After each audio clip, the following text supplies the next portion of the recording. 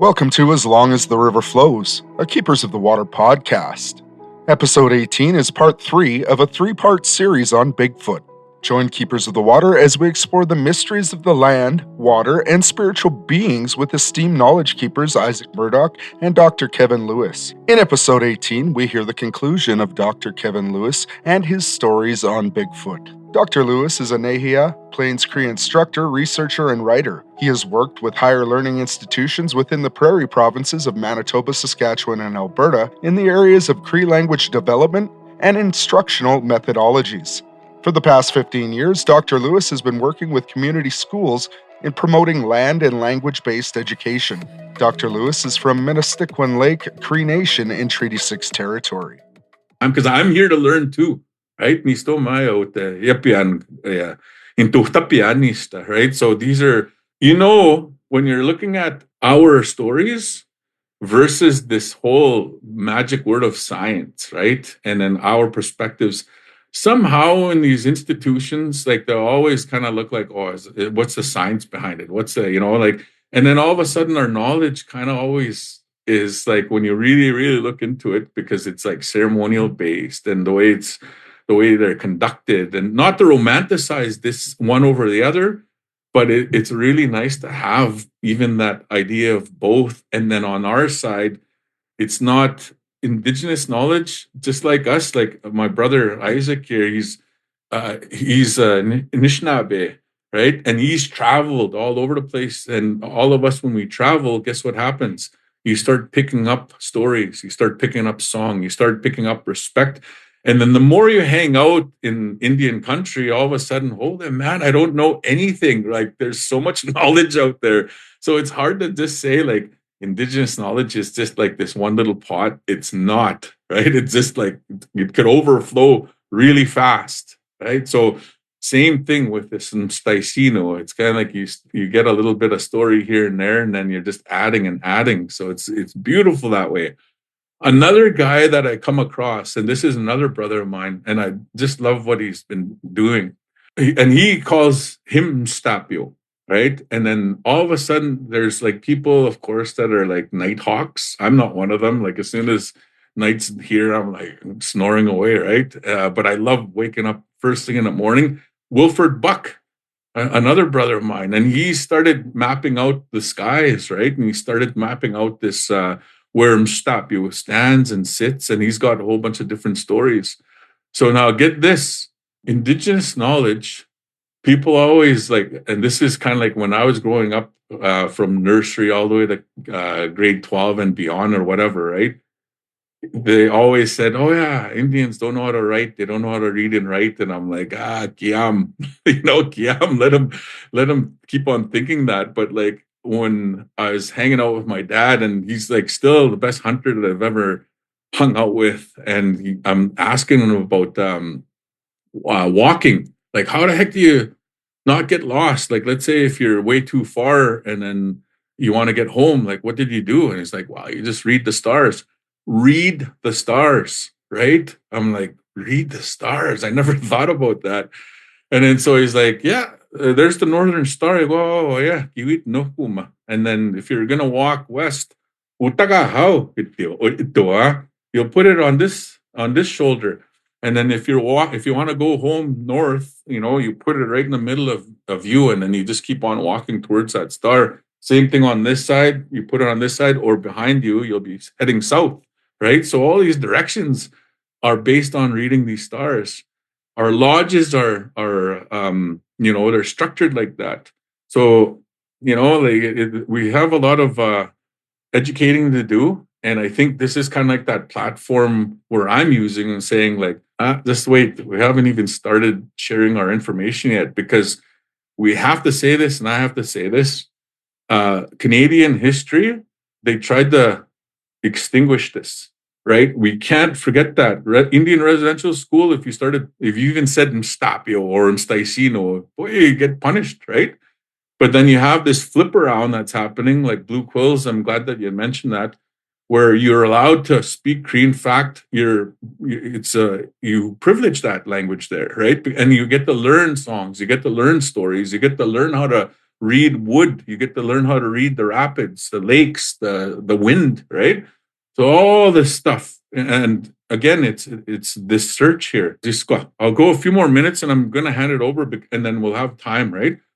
So I kept on wondering, why is this one so hidden and why is it what's the psychology behind this? Why do we share these stories? And then now they're kind of like, you're starting to see them, right? Like, look, you said there was like a few hundred people that are logged in here. Everyone wants to know. They want to know about these things.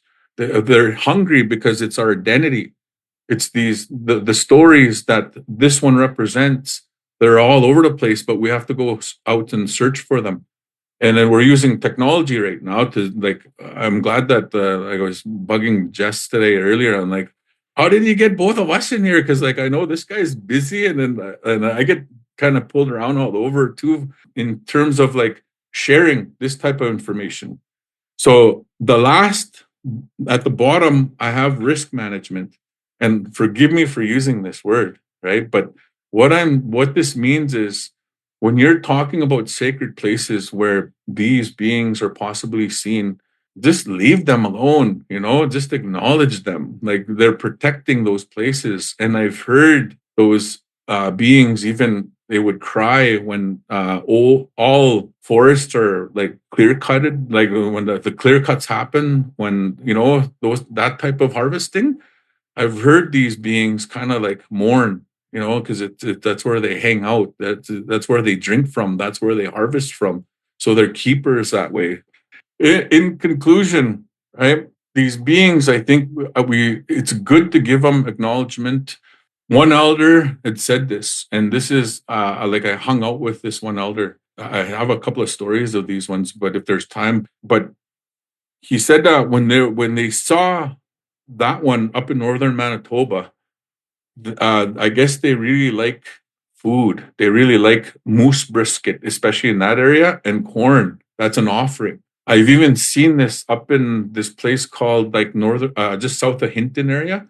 There's some sacred places over there where the ice, remember glacier time? Because we have ice age stories, not one story, stories, right? We have them in our lodges. We sing about those every spring. We're singing about those in our lodges.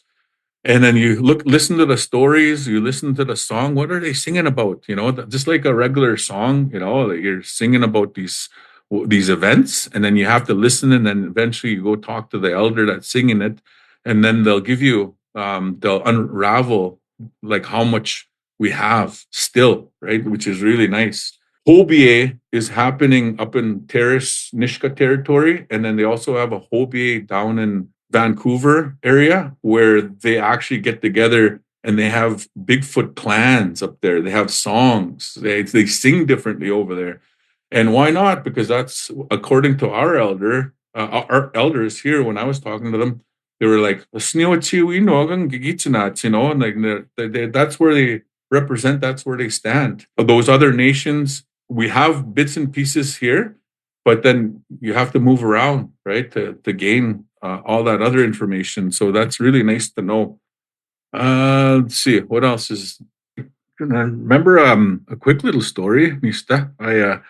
And what what it had to do with child rearing, and of course, my name, when we were saying was like they have a lot of teachings as well.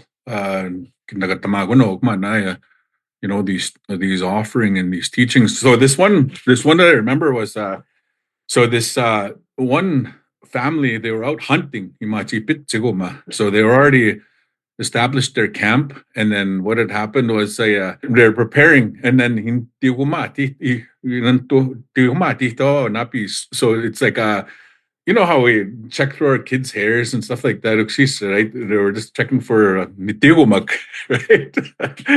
And then we suck their boy had lots in his hair, and then all of a sudden, the mom was kind of like kind of mad a little bit, because what happened was now they had to move to a different place because how they just like to spread. So the kid didn't know this. Oh, I didn't know this. And then ended up moving the camp. So they were disappointed because they just unpacked. Now they got a repack. And then what the boy was thinking was, oh, my family's mad because I have like things in my hair, and then he thought he was being left there. That's what he thought as a little boy. And then, but what they were doing was they just had to move their camp again. And then so his mom was packing, and then she was putting on his socks. And then he said, "Mom, just got, help me put on my socks." But she didn't want to. She wanted to leave him last, because she wanted to do some stuff before they went to this new camp. So they were moving and they were leaving, and then what he thought, oh, my mom's leaving, so he quickly put on socks and then he started chasing them, but they were already gone. He started crying, and then but his feet were starting to get cold because he was running in the snow. So he came back, and then he came to the fire, and then he was crying. Right, he was crying. He come out of the bush, walk towards this boy. Right. So you can see this boy, here's that teaching of that boy. It's a clean spirit. Our kids are so clean. They're pure, right? And came up to this boy and said, "Why are you crying?" "Oh, my mom left me. I think it's because I have bugs in my hair." And then so this, so starting to pick through clean the boy's hair, but left two. Right, of all how many, left two of them, so there was two bugs left, and then he said, "Oh my God, let's go. I'll take you to your parents. I know where they went." And then he jumped into the in the glove. And then these gloves that we have, they're amazing. These are the things that we have. Beautiful beadwork, beautiful fur. So he jumps in, and then they get there just like that. And then all of a sudden he jumps out, and he goes in, and then his mom's like, "How did you get here? Who brought you here?" And then of course he was the one that said, "I'm Stacy. No, I rode in his mitt, and that's the big man that came to drop me off." Boy, she freaked out. She got scared, and it's like, "Oh, excited, Let's clean your hair." And then so she was looking, nothing except two, right? And then the story goes, if that big man took care of all of those, there would be no mitigumag on this earth, right? That's kind of like the teaching story of that one. And then so he was happy, everything was happy, back to normal. And then all of a sudden he goes walking around on Apis. So I started to go travel around. And then I bumps into this Mstaisino. Okay. And then he says, "Hey, I want to introduce you to my parents. My mom's home right now. If you want to come, I'd like you to come visit us, because they don't believe me." So tapwe. So the Mstaisino, he went with this little boy and says, Ngawi, he's outside. And then she got scared because, like, oh, geez, I wasn't believing this little boy. And then the big man, Mstaisino, Kito, nagatimo oasak utaminigan kapamihatse kamiupamihatse ko oasak examisin to itamani paksimtan. So what that means is, he said, this little boy should be be a good parent, be a good mom from here on in. This is the gift that I want to give you, is like to be that loving, caring parent for this little boy from here on in, and even the children ahead. And then he said, right? Then he left. So she was like, okay, yeah, for sure, because Stacy noise, right? They're special. And then as that one was leaving, you know how kids are. I was crying after this big man now. Was like, "Hey, don't leave me, don't leave me." So he starts running after this Staisino. And then he turns around and he says, I'm always around. He said, I'm always around with the TPI. And there was a certain way that he was shown to put sticks, right? He said, these 4 sticks, you'll arrange them like this, and I'll come there and you'll see me and we'll be together. So he was shown that protocol, right, on how to call this this relative of ours, and he says, "Nah, me too, no, ma. Here's a little bit of food for you." And then he also was gifted by that being so he got bows and arrows directly from the big people to him. And then that's the end of that story, right? So just something like that is like when you look at these old stories, like wâsakâyâsiw is what we would call it in Cree, and that's that lily. Holy man, you really work for that root, boy. You're like, oh man, that's a tough one to get, because it's if you know, right? And it's good to do that time, right? To get to know those plants, to not to just to rush into them, but wait na papiatik, right? You just say carefully, because you're going to be taking it in, and you're going to be sharing that with your loved ones, with your, people that you care for. So I think that's a really good teaching as well. And when you're looking at all the stories, so that's the curriculum, that's the curriculum that we need to look at our schools and our, like, where we're sending our children. What are we teaching? What kind of science, you will say, what kind of math, what kind of language are we teaching our kids? Really, let's really honestly look at it now, right? Climate change is real. That's really, really there. And I think the big message is sort of like, what did we do in the past, right? That's why those stories are still around. They haven't disappeared. In fact, there's more and more that are surfacing. What I also noticed all across Canada is language lessons in the evening, Indigenous language, whatever languages that you're going to, right? That you want, that gravitate or pulls you in, we'll say. And people are really hungering for understanding these old words, these languages that come from these lands. So I think that's amazing, and I'm very glad that we are water beings. I always say, even before my classes, I'm like, okay, before we get started, let's drink a glass of water here, and then let's get learning going, right? So I think that's what this offers. It's a look at our past on how it still affects us today. Yes, they're old stories, but they're not that old that we can't use them. There's a lot of teaching stories there. And then we just adapt, adopt, and then use them and continue to use them, because they're going to give us maybe that chance in the future, right, to do things better. And we want to always leave something. This is conservation.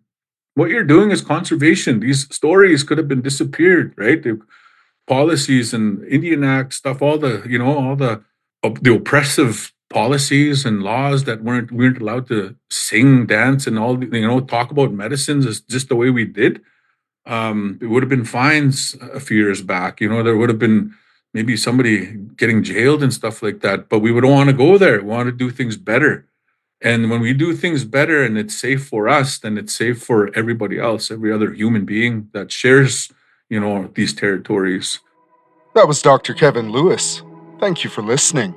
If you would like to donate to the cause or find out more information on Keepers of the Water, visit keepersofthewater.ca. If you would like to hear the complete webinar, visit the Keepers of the Water Facebook page or the Keepers of the Water YouTube channel.